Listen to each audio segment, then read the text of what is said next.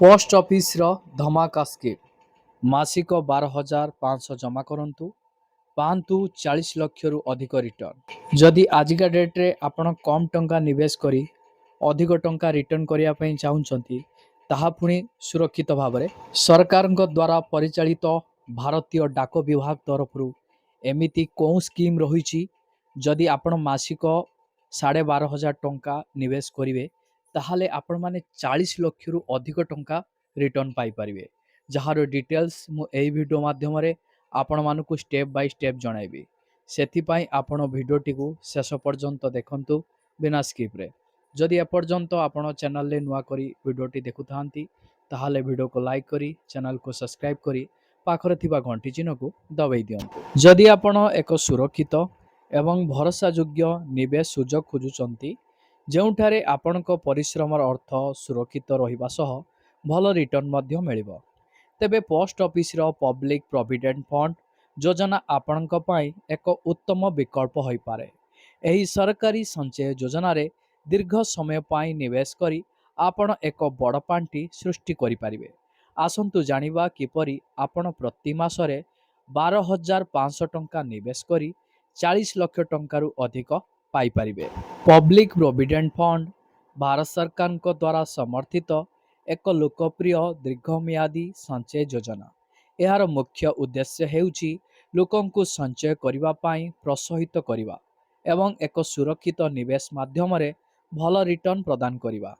एही योजनाटी संपूर्ण विपद मुक्त अर्थात आपणक टंका बुड़ी जिबार कौनसी आशंका नहीं।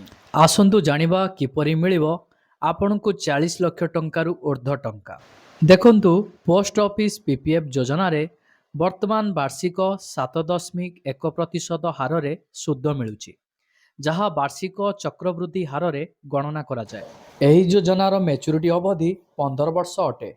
आसंतु गणना करी देखिबा जदि मासकु आपण माने 12,500 टंका निवेश करूचंती ताले आपण वर्षकु केते टंका निवेश कले तो 12,500 टंका इंटू 12 कले हिसाब रे आपण मानकर 1,50,000 टंका आपण वर्षकु निवेश करूचंती। निवेश रो अवधि आपण मानकर 15 वर्ष रही। वार्षिक सुध हार 7.1%।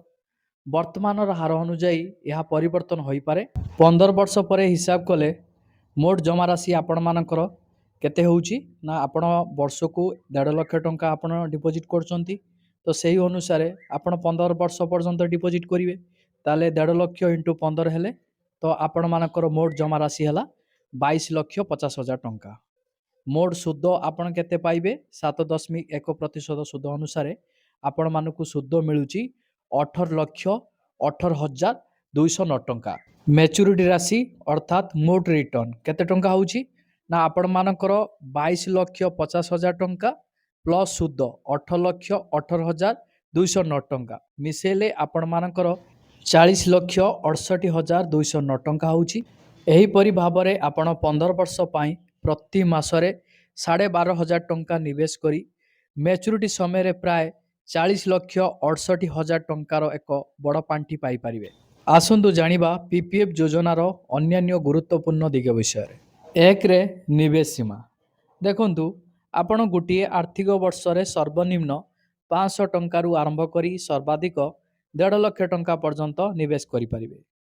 दुई रे आपण मानकर टिकस लाभ देखंतु आपणको निवेश राशि मिलुथिबा सुद एवं मैच्योरिटी राशि सबुकिछि आयकर रु संपूर्ण छाड़।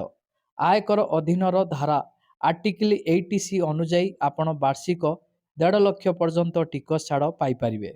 तेबे कौनसी भारतीय नागरिक निज नाम रे किंबा नाबालकंक पाई अभिभावक भावरे एही खाता खोली परिवे। आपण एही खाता निकटस्थ पोस्ट ऑफिस किंबा अधिकृत बैंक शाखा रे खोली परिवे। अकाउंट खोलिबार तृतीय रु षष्ठ वर्ष मध्यरे आपण निज जमा राशि उपरे ऋण मध्य नै पारिबे। जदि आपण निज भविष्यत पाई जेपरिक पिलांक पाठपढ़ा विवाह किंबा निजर अवसरकालीन जीवन पाई एक बड़ परिमाणर अर्थ संचय करने को चाहूँगी तेबे पोस्ट ऑफिस रो पीपीएफ योजना एक निश्चिंत एवं लाभदायक माध्यम अटे।